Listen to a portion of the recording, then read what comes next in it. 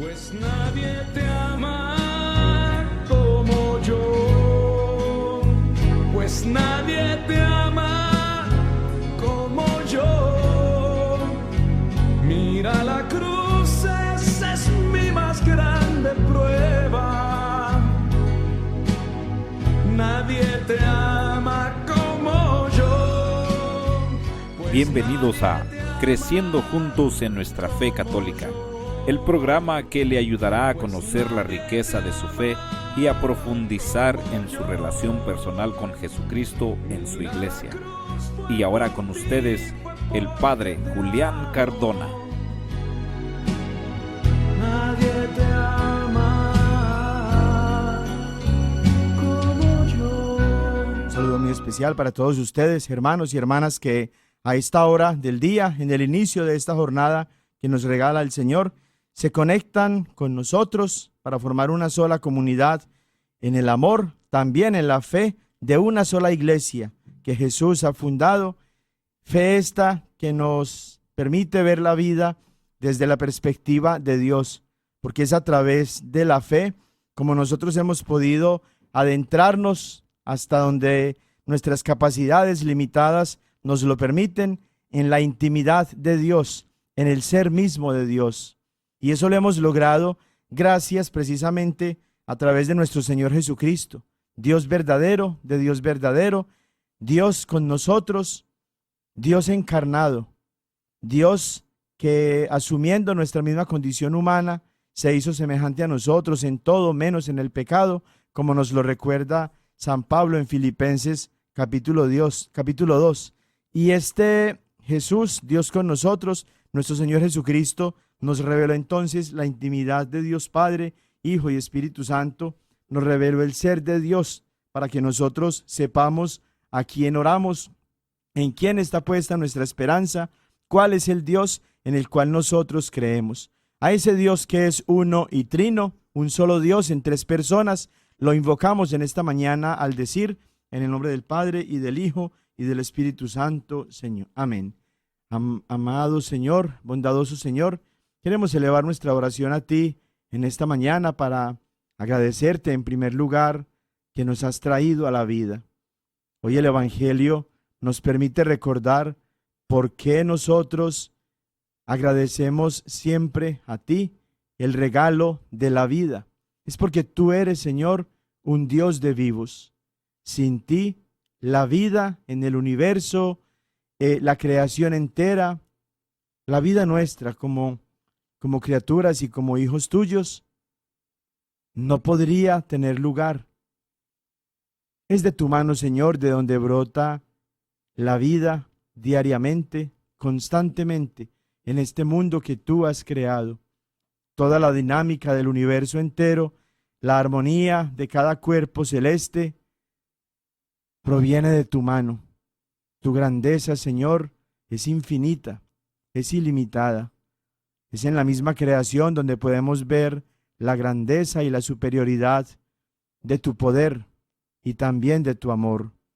Es en nuestra propia vida donde descubrimos tu misericordia y tu compasión. Entre menos te merecemos, más te necesitamos y más estás tú cerca de nosotros.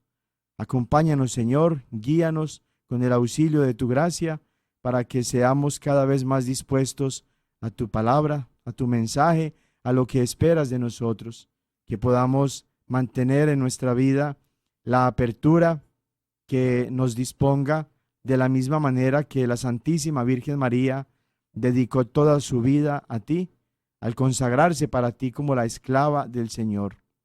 Permítenos ser esclavos tuyos, siervos tuyos, instrumentos en tus manos, Señor, para que nos moldees como el alfarero a la masa y que con el barro de nuestra limitación y de nuestra debilidad hagas tú grandes cosas, Señor, porque tú eres el único Dios verdadero que existe desde siempre y vive para siempre.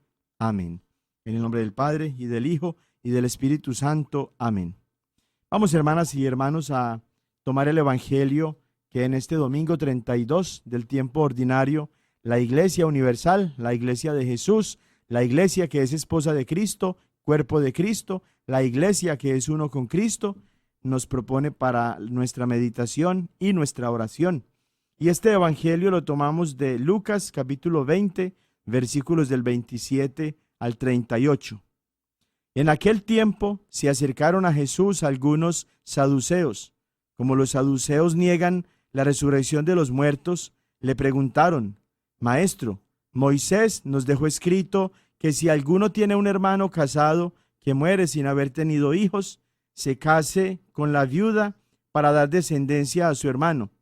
Hubo una vez 7 hermanos, el mayor de los cuales se casó y murió sin dejar hijos. El segundo, el tercero y los demás, hasta el séptimo, tomaron por esposa a la viuda y todos murieron sin dejar sucesión. Por fin murió también la viuda. Ahora bien, cuando llegue la resurrección, ¿de cuál de ellos será esposa la mujer? Pues los 7 estuvieron casados con ella. Jesús les dijo: En esta vida, hombres y mujeres se casan, pero en la vida futura, los que sean juzgados dignos de ella y de la resurrección de los muertos, no se casarán ni podrán ya morir, porque serán como los ángeles e hijos de Dios, pues Él los habrá resucitado. Y que los muertos resucitan, el mismo Moisés lo indica en el episodio de la zarza, cuando llama al Señor Dios de Abraham, Dios de Isaac, Dios de Jacob, porque Dios no es Dios de muertos, sino de vivos, pues para Él todos viven. Palabra del Señor. Gloria a ti, Señor Jesús.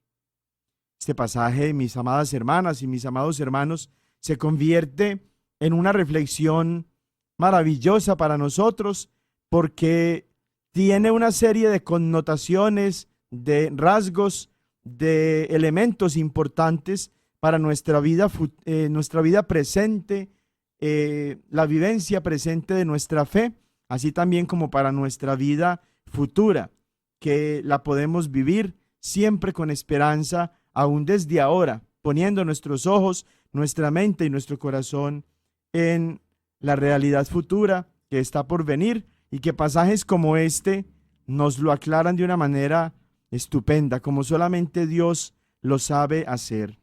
Resulta que en la sociedad judía del tiempo de Jesús había una serie de grupos conformados, cada uno de ellos con funciones especiales, con una influencia social determinada en ese tiempo histórico en el cual Jesús nació, creció, murió también y resucitó, y tiempo este también en el que la iglesia nació.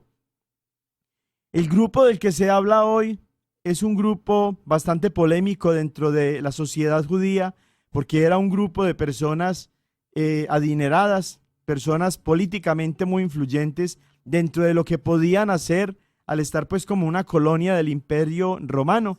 Aún así, al no estar políticamente independizados, se limitaban por supuesto en muchas cosas, pero hasta donde se los permitía el gobierno opresor del Imperio Romano, los saduceos tenían cierta influencia política y de alguna manera guiaban el destino del pueblo judío a través de la influencia que tenían pues sobre la vida política y social de esta comunidad de judíos. Dentro de las características que componen al grupo de los saduceos, como lo indica Jesús aquí, como lo indica el evangelista, en este diálogo con Jesús aquí, es el de que no creían ellos en la resurrección. Pensaban ellos que la retribución a las obras buenas, así también como el castigo a las obras malas de las personas, se efectuaba estrictamente en el orden de lo mundano, de lo humano. No había un reino espiritual superior, no había una realidad espiritual que estuviera más allá de la muerte. Solamente los seres humanos estaban limitados a las cosas de este mundo, y era en este mundo donde las personas podían ser premiadas o castigadas por sus acciones, y eso no se podía modificar. Esa visión tan limitada, tanto de la justicia de Dios como de la vida humana, es la que lleva a estos saduceos a plantearle esta duda a Jesús, este interrogante a Jesús, como una manera también de tentarlo, de ponerlo a prueba. Y es cuando a través de la ley del levirato, que es esta ley que ellos describen muy bien aquí, cuando dicen que si la viuda de un hombre que murió no tuvo descendencia, por la ley del levirato que encontramos en el Antiguo Testamento, tenía que ser tomada como esposa por parte de un hermano de este hombre que fallecía, de tal manera que el primer hijo que naciera de esta unión del levirato se atribuía o se indicaba que no era de este hombre pues que la había embarazado, sino de su hermano ya difunto. Y es a través entonces de este caso hipotético, fantasioso, no real, como los saduceos quieren avergonzar a Jesús, ponerlo a prueba, quieren hacerlo quedar mal, etcétera. La sabiduría de Jesús, que es hombre verdadero, pero también Dios verdadero, se muestra en pasajes como estos de una manera magistral. Y Jesús, con toda la autoridad que tiene en sus manos, por ser no solamente hombre, sino también Dios, es decir, por venir también del cielo, porque es precisamente en la encarnación cuando Jesús viene del cielo a la tierra para vivir con nosotros. Jesús conoce el cielo y por eso tiene toda la autoridad para explicarle a estos escépticos, a estos incrédulos saduceos, que la resurrección sí es una realidad, sí es una verdad, aún para la fe de los judíos, sí es un hecho que mantiene la esperanza de todos aquellos que se abren con fe a la verdad de Dios, para reconocer que la muerte no es el final, que la muerte es apenas un tránsito, un cambio de la realidad humana, terrena, mundana, a una realidad espiritual más plena, que es la vida eterna. Y Jesús está diciéndoles entonces cómo las personas cuando fallecen no viven como lo pensaban quizás algunas personas en su tiempo, y como también seguramente lo piensan muchos ahorita. Las personas que mueren no continúan en la otra vida teniendo las mismas condiciones de vida que aquí. Para aquellos que se niegan a afirmar que la vida de nosotros como seres humanos continúa después de la muerte, no hay esperanza, ¿cierto? Pero en medio de toda esta confusión, un grupo también grande de personas en esos tiempos en los que Jesús vivía, así también como en el tiempo actual, piensan que las personas al morir van a seguir viviendo como estaban viviendo aquí en la tierra. Y Jesús está aclarándoles que no.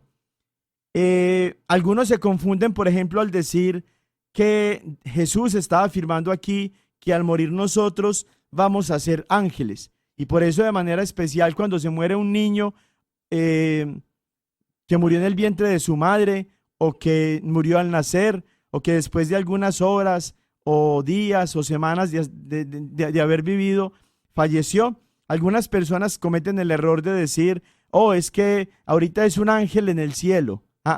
Jesús no está afirmando eso, porque lo que está aclarando Jesús es que al morir y al estar entonces ya fuera de las limitaciones de esta vida corporal terrena, vamos a ser como los ángeles. No está diciendo Jesús que vamos a ser ángeles. Somos de naturaleza diferente nosotros de los ángeles. Ellos son de naturaleza angélica, son seres espirituales. Nosotros somos de una naturaleza humana que articula tanto el componente corporal como el espiritual. Nosotros entonces no podemos llegar a ser ángeles, como mucha gente al confundirse afirma, y Jesús no está afirmando esa aseveración.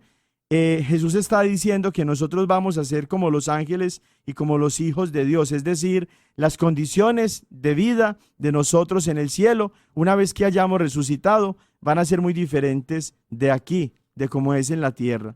Y la otra enseñanza con la que Jesús está sellando su doctrina de la resurrección, de la vida eterna, para contradecir todas estas mentiras y engaños de los saduceos, es que sí es una realidad la resurrección, porque Dios es un Dios de vivos y no de muertos. Y esa expresión final del Evangelio de hoy, en la que Jesús afirma de una manera preciosa: Dios no es Dios de muertos, sino de vivos, porque para Él todos viven. Esto es una enseñanza que nosotros los católicos hemos asimilado muy bien, y por esa razón nosotros seguimos pidiendo la intercesión de aquellas personas que en vida cumplieron la voluntad de Dios y que son llamadas por la misma Biblia santos, y por esa razón la Iglesia los sigue llamando también santos y sigue pidiendo sus oraciones, porque dice Santiago 5:16 que la oración de estas personas que son justas, que son santas, tiene mucho poder. Los hermanitos protestantes piensan que cuando un ser humano muere, cuando una persona muere, desaparece hasta la resurrección final. Pasajes como el de hoy nos están mostrando la falsedad de esa doctrina protestante. Quien muere sigue viviendo para Dios. Puede que ya no viva en las circunstancias terrenas, mundanas, corporales en las que vivió antes, pero en Dios y con Dios sigue viviendo. ¿No es cierto entonces lo que piensan y lo que afirman las sectas protestantes, que la persona cuando fallece desaparece totalmente, que su cuerpo pues va a la tierra y su alma también está como dormida o desaparecida, destruida, dicen algunos inclusive, hasta el día de la resurrección final?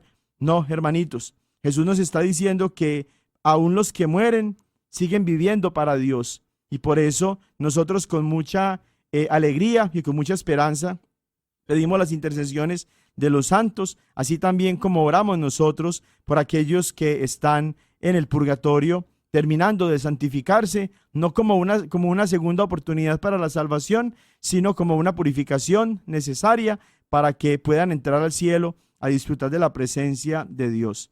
Que esta exposición que el mismo Jesús nos hace con su autoridad, porque es Dios verdadero, porque viene de los cielos para prepararnos a nosotros y llevarnos con Él al cielo, nos anime en la esperanza para que nosotros descubramos que Dios no nos hizo para las cosas de este mundo, sino para gozar con Él de la vida eterna.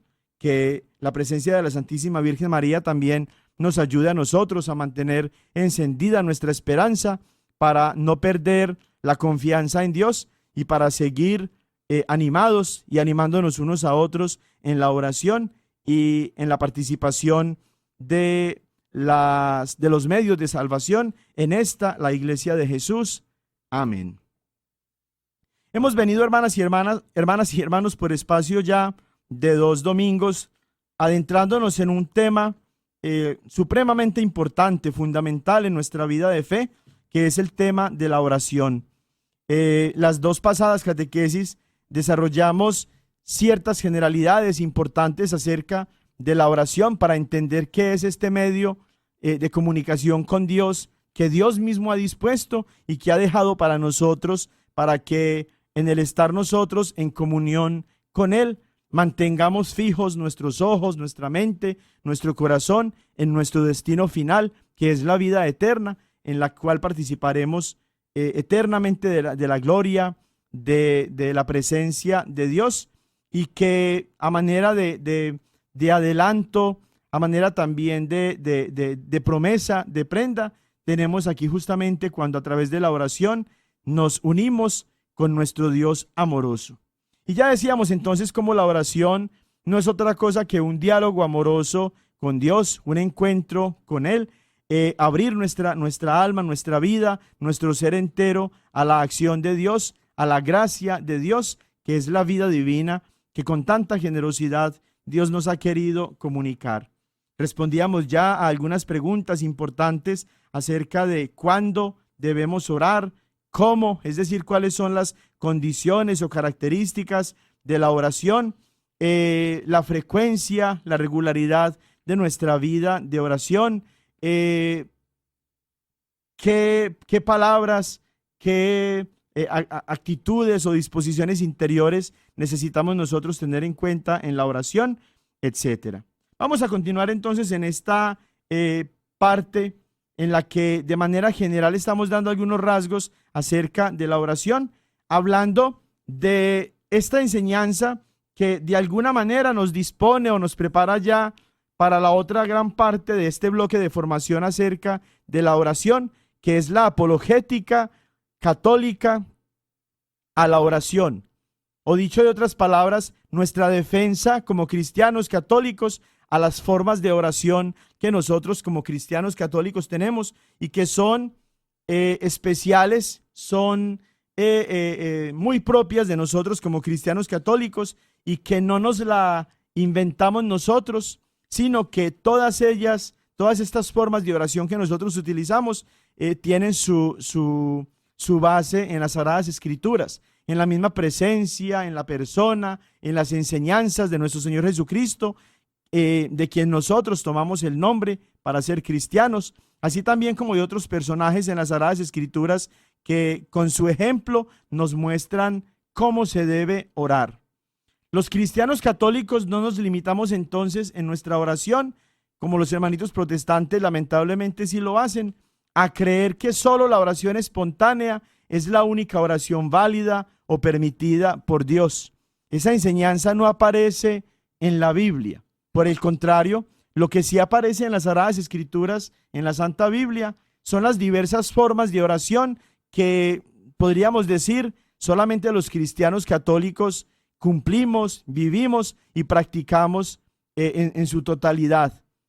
Las formas de oración que vamos a ver a continuación con pasajes bíblicos para que se compruebe, se demuestre que la Iglesia Católica no se ha inventado nada, sino que lo recibió del Señor a través de la revelación, no solamente de la revelación a través de las Sagradas Escrituras, sino de la revelación también a través de la tradición apostólica, y por eso 2000 años después nosotros seguimos orando como lo ha hecho la Iglesia a lo largo de todo este tiempo y como lo encontramos también nosotros en las Sagradas Escrituras y en la predicación de los apóstoles, porque antes de que se escribiera la Biblia, antes del año 382, que fue cuando se puso en un solo volumen, podríamos decir, el conjunto de los 73 libros que conforman la Sagrada Escritura, que fue declarada,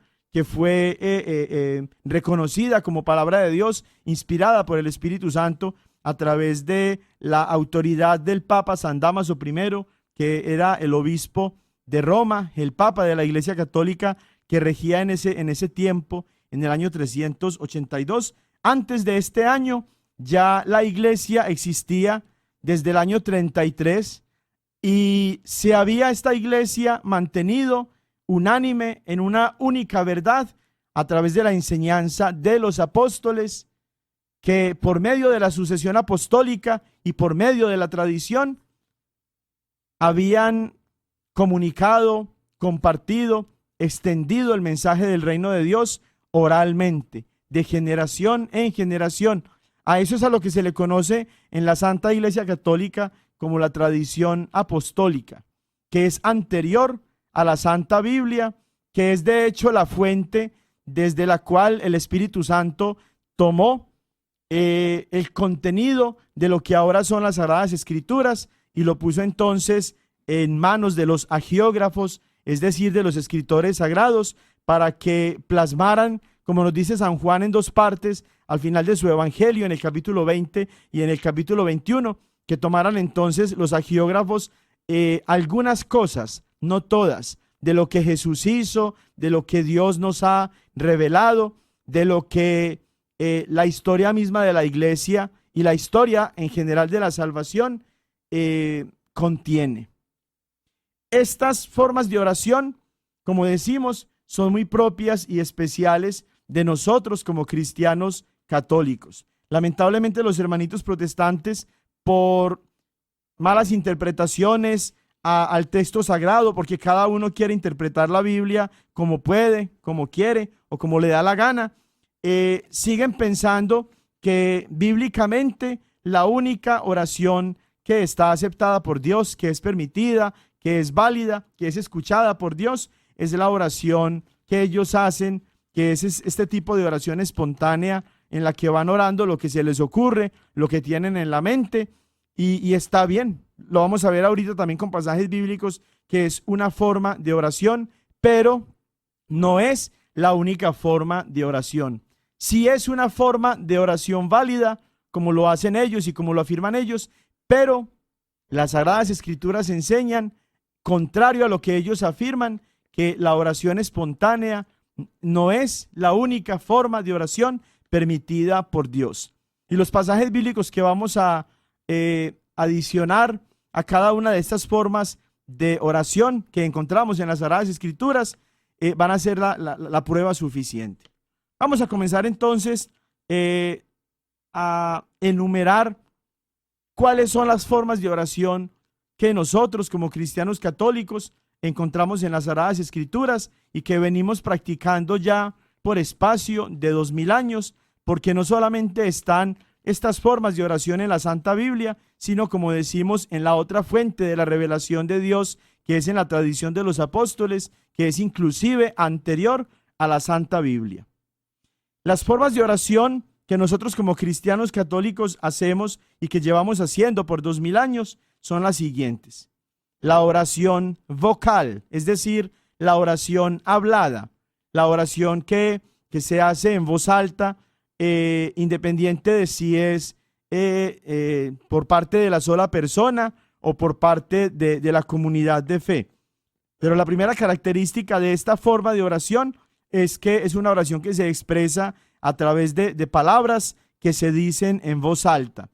Y allí, en esta primera forma de oración, la oración vocal, entra la forma de orar de los hermanitos protestantes, que es la oración vocal espontánea o la oración espontánea. Este tipo de oración muy propia de nosotros como cristianos católicos por 2000 años, como decimos, y en los últimos 5 siglos, propia también de los hermanitos protestantes, que de lo que viven, de las circunstancias que están aconteciendo en su vida en este momento, también de sus sentimientos, de sus necesidades, de sus preocupaciones, etcétera, elevan su corazón, su alma a Dios para una oración muy valiosa y muy importante, sobre todo cuando viene acompañada de la fe, como decíamos, de la constancia, de la confianza en Dios, del sometimiento a la voluntad de Dios, etcétera. Todas esas características que ya nosotros meditábamos la semana pasada. Lo importante entonces aquí es identificar que hay una oración vocal espontánea, una oración que se expresa en palabras y que surgen espontáneamente del corazón, por eso se llama así, oración espontánea, pero no es la única oración vocal o la oración que se expresa en palabras que existe. Las Sagradas Escrituras nos hablan también de otra forma de oración vocal, es decir, de oraciones que se expresan en palabras que se pronuncian en voz alta, recitada. Hay una forma de oración vocal que es la oración recitada. Y eso en el diccionario de la Real Academia de la Lengua Española se conoce como los rezos o el verbo rezar. Rezar es recitar y rezar o recitar no es otra cosa que expresar nuestra oración vocal o nuestra oración que dirigimos a Dios en voz alta, siguiendo textos de las Sagradas Escrituras o el formato de algunas oraciones que ya previamente se han escrito. Pero ojo, si son oraciones, los hermanitos protestantes afirman que no, que son solamente rezos y que los católicos rezamos, pero no oramos. Pero vamos a ver ahorita con los pasajes bíblicos que lo que nosotros hacemos como cristianos católicos cuando tomamos los salmos o el Padre Nuestro, el Ave María, el Santo Rosario, los trisagios, novenas, coronillas, etcétera, si son formas de oración que en la Santa Biblia se reconocen como oraciones recitadas y que el mismo Jesús oró de la misma forma. El mismo Jesús oró como católico, no oró como protestante. Jesús no solamente oraba espontáneamente como los hermanitos protestantes. Y como los católicos también lo hacemos, por supuesto. Jesús oró no solamente como como oramos, perdón, los católicos y los protestantes espontáneamente. Jesús también oró recitando, es decir, rezando. Jesús también rezó y lo vamos a ver ahorita. La otra forma de oración es la oración mental. Una oración en la que no se expresa lo que le estamos diciendo a Dios a través de las palabras que salen de nuestros labios, sino que se desarrolla una comunicación interior entre Dios y nosotros a través de nuestra mente. Estamos allí con nuestra atención, con nuestra fe puesta en Dios y sin necesidad de que prorrumpamos palabras o sin necesidad pues de que expresemos palabras, estamos haciendo oración. Oración en nuestra mente, oración podríamos decir también en nuestro corazón. Otra forma de oración que encontramos en las Sagradas Escrituras y que es propia de nosotros como cristianos católicos por espacio ya de 2000 años es la oración meditativa. Tomamos nosotros pasajes de las Sagradas Escrituras, por ejemplo, meditamos en torno a ellos y al hacerlo convertimos nuestra meditación en oración.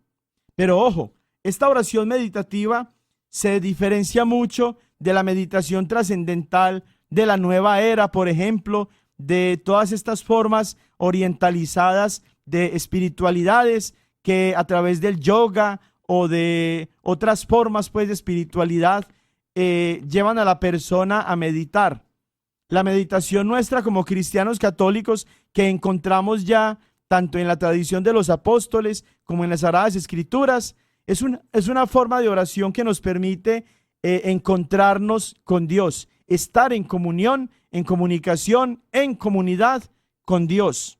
Las otras formas de meditación, como las que aparecen en estos programas y en estas revistas que son de contenido supersticioso y esotérico y que se basan en prácticas espirituales como el yoga, por ejemplo, a través de la repetición de mantras y de cosas relacionadas con esto para controlar la respiración y todas esas otras prácticas válidas quizás para ellos pues en su forma de percibir la realidad y su propia vida, los lleva a ellos esta forma de meditación no a encontrarse con Dios, sino a encontrarse con ellos mismos.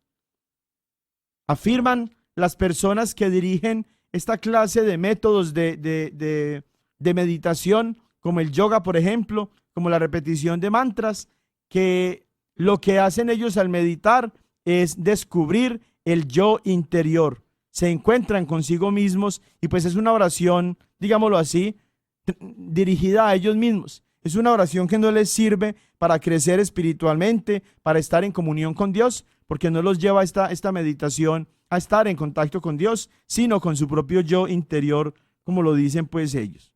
Allá ellos pues con su loquera, con sus tonterías, pero lo que nos dice a nosotros la Biblia y lo que encontramos también en la tradición apostólica de la Iglesia Católica, que es Iglesia de Jesús, es que hay una forma de oración meditativa en la que a través de la meditación nosotros contemplamos, nos abrimos, interiorizamos el mensaje salvador de Dios para entrar en comunión con Él.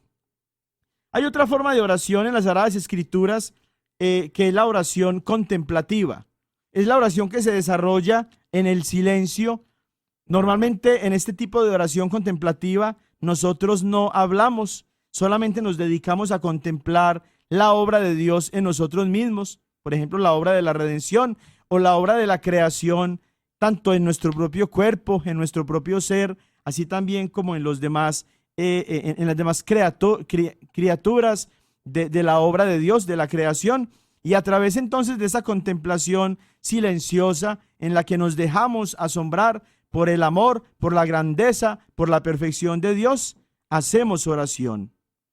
Oración personal, de la que ya hablábamos un poquito la semana pasada, y vamos a dar algunos ejemplos aquí en esta catequesis del día de hoy. Oración comunitaria, de la que también ya hablábamos un poquitito nada más la semana pasada, y la oración litúrgica.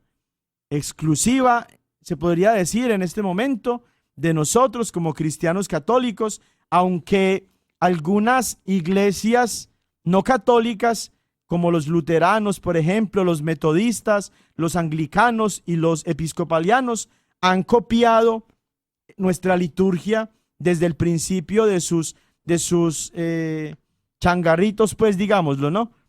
Cuando el fundador de cada una de estas iglesias no católicas se separó de la iglesia católica y formó su propio changarrito, decidió conservar la liturgia nuestra, la liturgia como cristianos católicos. Vamos desde las Sagradas Escrituras a mirar ejemplos de cada una de estas formas de oración para que ustedes descubran, mis hermanitas y mis hermanitos católicos que me escuchan, y también ustedes, mis hermanitos protestantes, si hay alguno que está por ahí escuchándonos, que nosotros como cristianos católicos no nos inventamos nada. Todo lo que nosotros hacemos, celebramos, creemos, esperamos, está en las Sagradas Escrituras. ¿Por qué será eso? Porque es que las Sagradas Escrituras nacieron en la Iglesia Católica. Hermanito protestante, la Santa Biblia no la trajo Jesús, no se la presentaron a Jesús los Reyes Magos, ni cayó del cielo, no llegó escrita. La Santa Biblia nació en la Iglesia Católica. Por eso toda la doctrina, toda la espiritualidad, toda la teología, toda la moral, todas las enseñanzas, toda la liturgia de la Iglesia, toda la espiritualidad de la Iglesia Católica está contenida en las Sagradas Escrituras.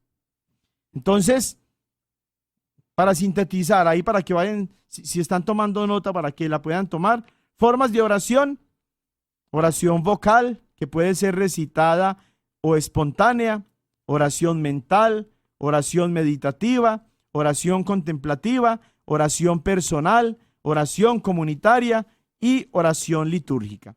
Vamos rápidamente a mirar entonces pasajes bíblicos que nos permiten fundamentar desde las Sagradas Escrituras cada una de estas formas de oración propias de nosotros como cristianos católicos. Decimos por espacio ya de 2000 años que por estar en la Biblia podríamos decir que rechazan o tiran por el suelo toda la crítica protestante que nos hacen nuestros hermanitos desde fuera de la iglesia, al considerar que solamente la oración espontánea es aquella que tiene validez ante los ojos, ante los oídos, ante el corazón de Dios. Vamos a comenzar en primer lugar con esta forma de oración que es común a nosotros como cristianos católicos y a los hermanitos protestantes: la oración vocal espontánea.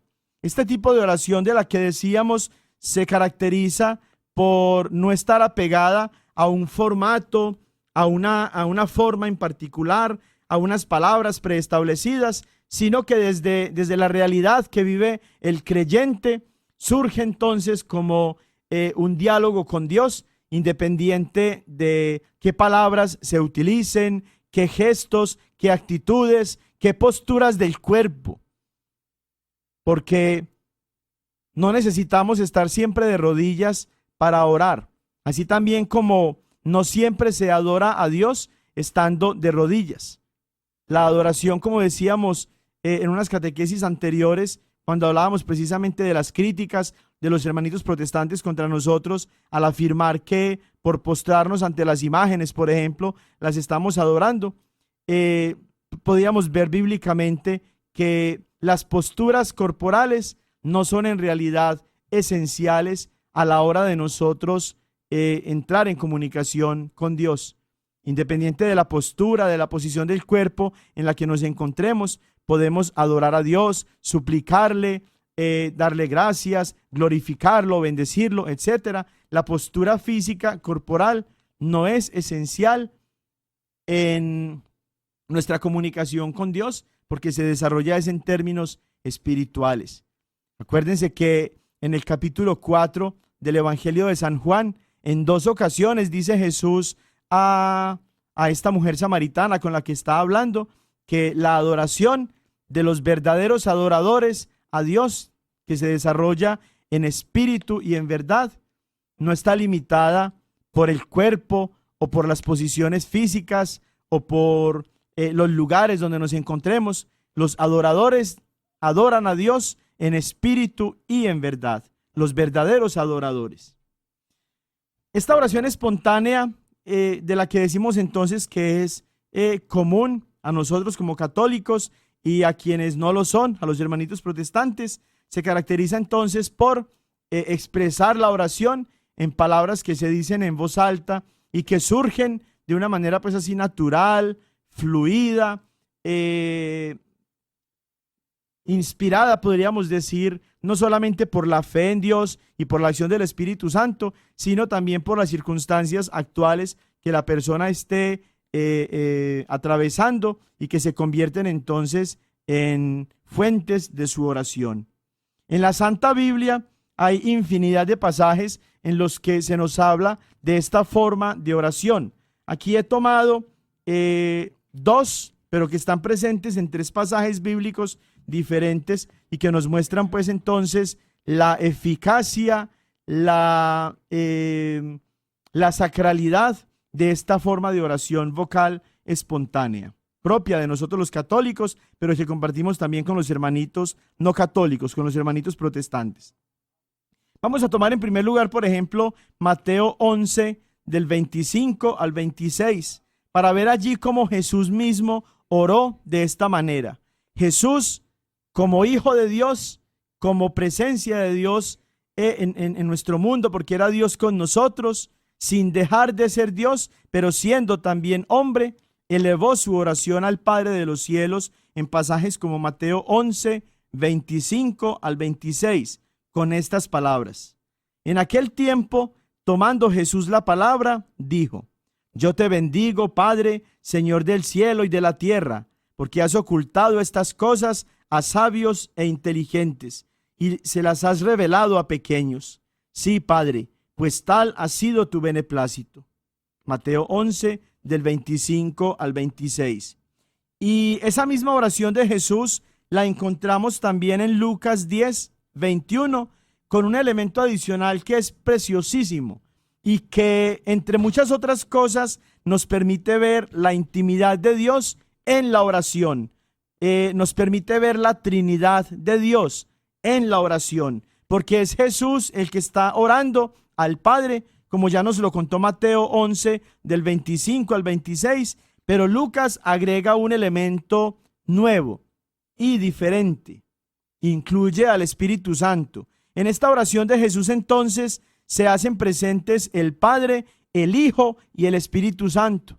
Para todos aquellos pentecostales unidos, por ejemplo, mormones, testigos de Jehová, que creen que la Trinidad no existe y que afirman que la Trinidad no existe sencillamente porque no encuentran la expresión Santísima Trinidad en la Biblia y se confunden y siguen entonces pensando que Dios es solamente una persona. Lucas 10, 21. En aquel momento se llenó de gozo Jesús en el Espíritu Santo. Ahí ya están el Hijo y el Espíritu Santo.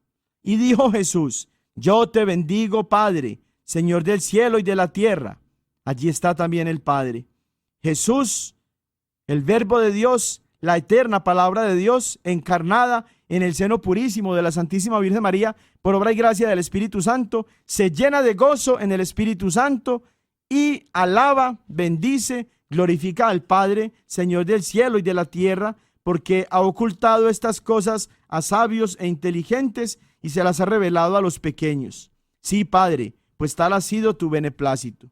Qué hermoso pasaje de Lucas 10, 21, donde nos permite ver al Padre, al Hijo y al Espíritu Santo en la oración, activos, presentes en la oración. También en Juan capítulo 11, versículos 41 al 42, encontramos esta oración de Jesús antes de resucitar a su amigo Lázaro, del que sabemos que ya estaba desde hacía 4 días en la tumba. Ya lo habían embalsamado y ya estaba entonces descomponiéndose en la tumba desde hacía 4 días. Y antes de Jesús efectuar esta acción divina propia del poder de Dios de resucitar un muerto, se dirige al Padre en oración espontánea, en oración vocal espontánea, con estas palabras. Entonces Jesús levantó los ojos a lo alto y dijo: Padre, te doy gracias por haberme escuchado. Ya sabía yo que tú siempre me escuchas, pero lo he dicho por estos que me rodean, para que crean que tú me has enviado. Una oración preciosísima que revela la confianza de Jesús en su Padre de los cielos, que revela también que el Padre y el Hijo son dos personas diferentes, contrario a lo que las sectas anticristianas de los Pentecostales Unidos, por ejemplo, los Testigos de Jehová, suelen afirmar. El Padre y Jesús son dos personas diferentes. Así también como el pasaje de Lucas 10:21 nos mostraba que el Espíritu Santo, así también como el Padre y el Hijo, son personas diferentes. Tres personas divinas en un solo Dios verdadero. Gloria al Señor. Cómo se nos llena de gozo el corazón a nosotros como cristianos católicos, porque estamos en la iglesia que predica desde hace 2000 años la fe verdadera. Esos son los ejemplos entonces de la oración vocal espontánea, oración de la que, como decía, se benefician no solamente nosotros los cristianos católicos, sino también inclusive los hermanitos protestantes. Hasta ahí es lo que nosotros tenemos en común a la hora de hacer oración. Las otras formas de oración que siguen de aquí en adelante no las tienen los hermanitos protestantes, solamente las tenemos nosotros los católicos. Algunas sectas protestantes, entendidas mejor como iglesias protestantes, porque tienen cierta tradición, de eso vamos a hablar más adelantito, para explicar la diferencia entre una secta protestante y una iglesia protestante. Algunas iglesias protestantes todavía imitan o conservan algunos elementos de esta forma de oración que encontramos en la tradición de los apóstoles y en la Santa Biblia, en la Iglesia Católica. Las sectas protestantes no. Las sectas protestantes siguen pensando que la única oración válida y permitida ante Dios es la oración espontánea, en la que repiten gloria, gloria al Señor, gloria a Jehová, aleluya. ¿Cuántos dicen amén? ¿Cuántos pactan con $500? Gloria a Jehová, gloria al Señor, aleluya, Señor, eres santo, Señor. Ese tipo de oración espontánea es el que ellos piensan que es la única válida, y pues así se mantienen encerrados estos pobres hermanitos de las sectas protestantes. Pero algunas personas de iglesias protestantes, que no son lo mismo y lo vamos a explicar más adelantito, todavía conservan o imitan algunas de las formas de oración, no todas, que vamos a mirar a continuación. Pero vamos a hacer entonces una pausa para escuchar una canción que es a la vez también una oración. Y es una canción que se dirige al Señor Jesús para que nos ayude a dirigir nuestro corazón según su santa voluntad. Que podamos nosotros, a través inclusive también de nuestra oración, de que seamos capaces nosotros de someternos a su santa voluntad.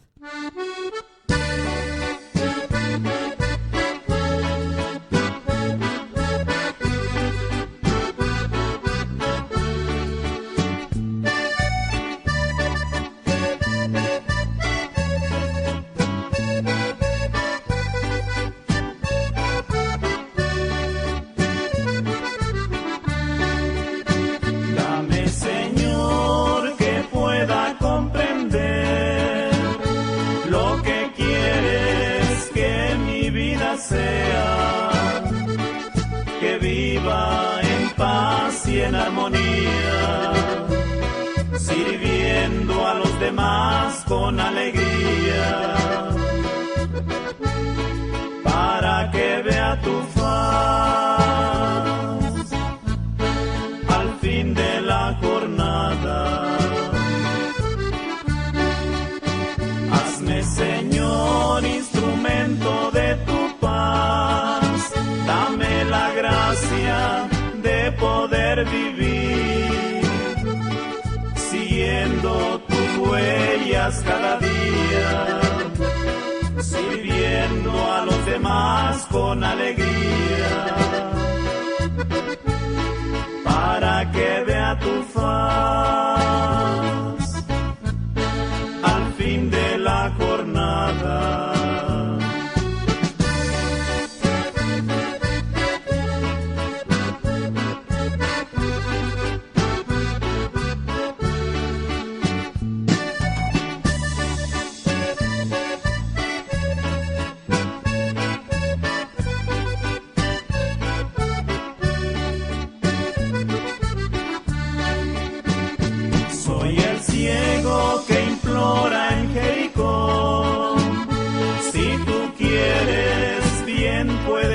curarme y hacer que vea la luz del día, sirviendo a los demás con alegría,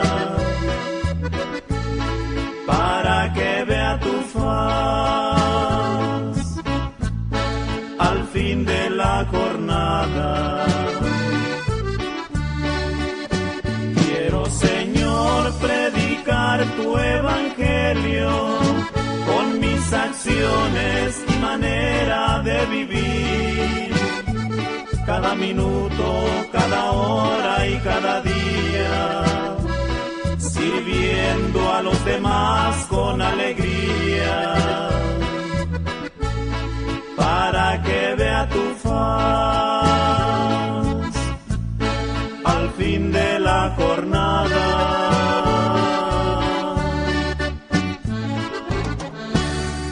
Así entonces, tomando esta canción que nos sirve para pedirle a Dios que nos ayude a seguir sus huellas, continuamos con las formas de oración de las que decíamos son propias de nosotros como cristianos católicos desde hace ya 2000 años.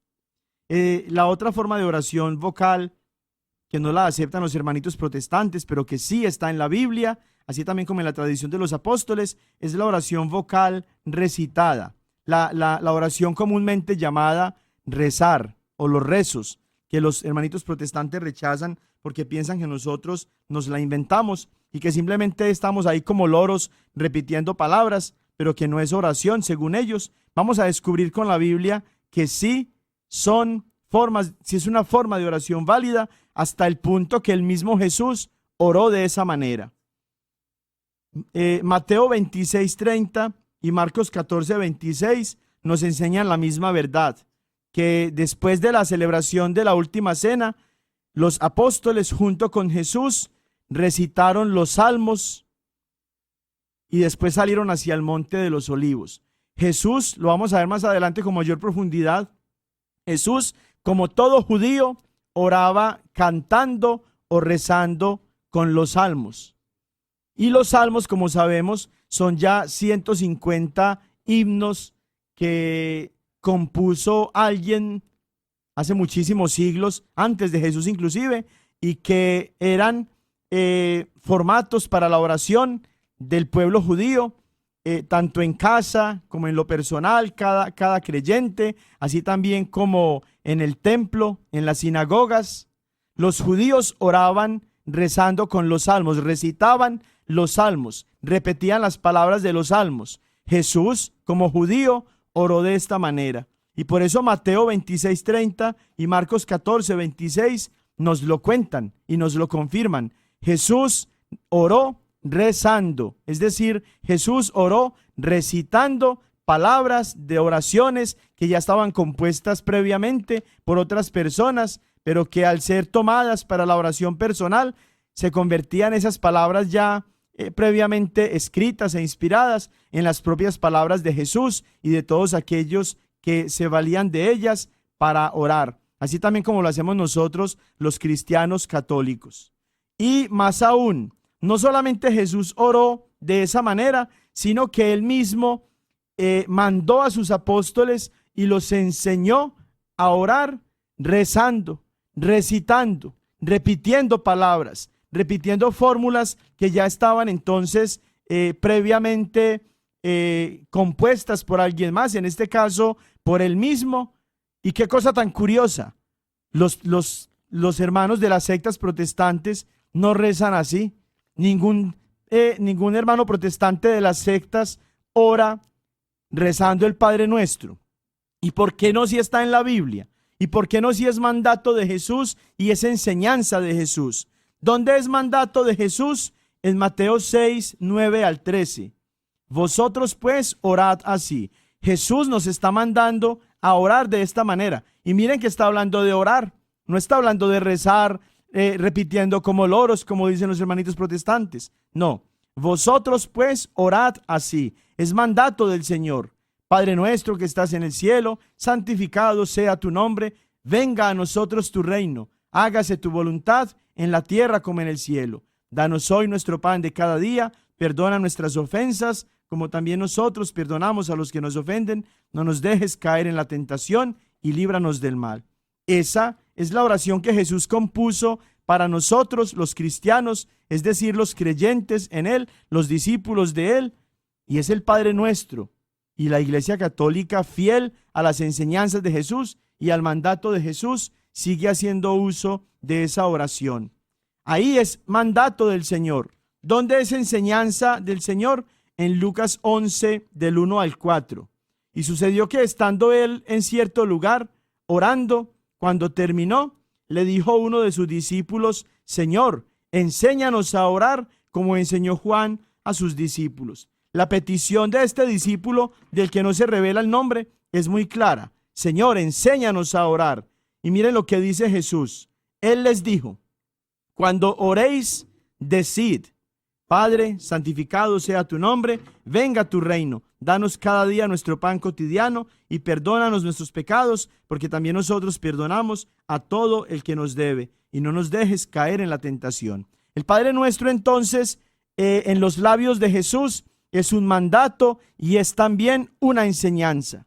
Y curiosamente, las sectas protestantes, los pastores protestantes, no les enseñan a sus seguidores a orar tal y como Jesús nos lo mandó y como Jesús nos lo enseñó. Ningún pastor protestante de estos changarritos, de estas sectas, oran como Jesús nos mandó y nos enseñó que lo hiciéramos. Ellos se limitan a decir que la oración vocal espontánea es la oración única que tiene validez ante Dios, y por eso acompañan sus oraciones de gloria al Señor, aleluya, amén. ¿Cuántos dicen amén? Gloria al Señor. ¿Cuántos dicen amén? Alabado eres, Señor. Gloria a ti, Señor Jesús. Y esa es la oración entonces que ellos suelen hacer. Vamos a hacer una pausa en este tema. Me sorprende inmensamente cómo se va el tiempo de rápido. Yo quisiera que el tiempo pasara mucho más lento para poder seguir avanzando en este tema y seguir adentrándonos en todas estas enseñanzas inagotables, inacabables que encontramos nosotros en nuestra Santa Iglesia Católica. Riqueza que se entiende al contemplar nosotros y al descubrir que la Santa Iglesia de Jesús es humana, pero también es divina. Riqueza que se entiende también al contemplar nosotros que nuestra iglesia tiene ya 2000 años. No nació en 1517 como los luteranos, no nació en 1906 como los Pentecostales Unidos, no nació en 1832, no nació en el 2015, no nació en el 2017 como la iglesita que se separó de la Nueva Jerusalén aquí en Lenore City. No, esta iglesia de Jesús viene desde hace 2000 años y es por esa razón que hay una riqueza inmensa, grandísima, inagotable, inacabable en esta Santa Iglesia de Jesús, que es una con Cristo nuestro Señor, porque es su cuerpo y es su esposa. A ustedes los invito a que sigan participando de las celebraciones de la Santa Misa, que es la oración litúrgica, como lo vamos a ver la próxima semana con la ayuda del Señor, que se confiesen regularmente, que vivan su fe a través de la oración en familia, que tengan ustedes su propio encuentro de comunión con Dios a través de la oración personal y que sigan dejándose guiar por el Señor a través de la oración.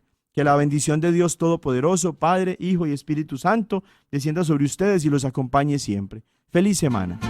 Ven con nosotros al caminar, Santa María, ven. La diócesis de Knoxville y la parroquia de Santo Tomás Apóstol de Lenore City les agradecemos por habernos acompañado en Creciendo Juntos en Nuestra Fe Católica, y los invitamos a que nos escuchen la próxima semana por esta misma estación y a la misma hora, para profundizar en lo que significa ser un católico conocedor de su fe.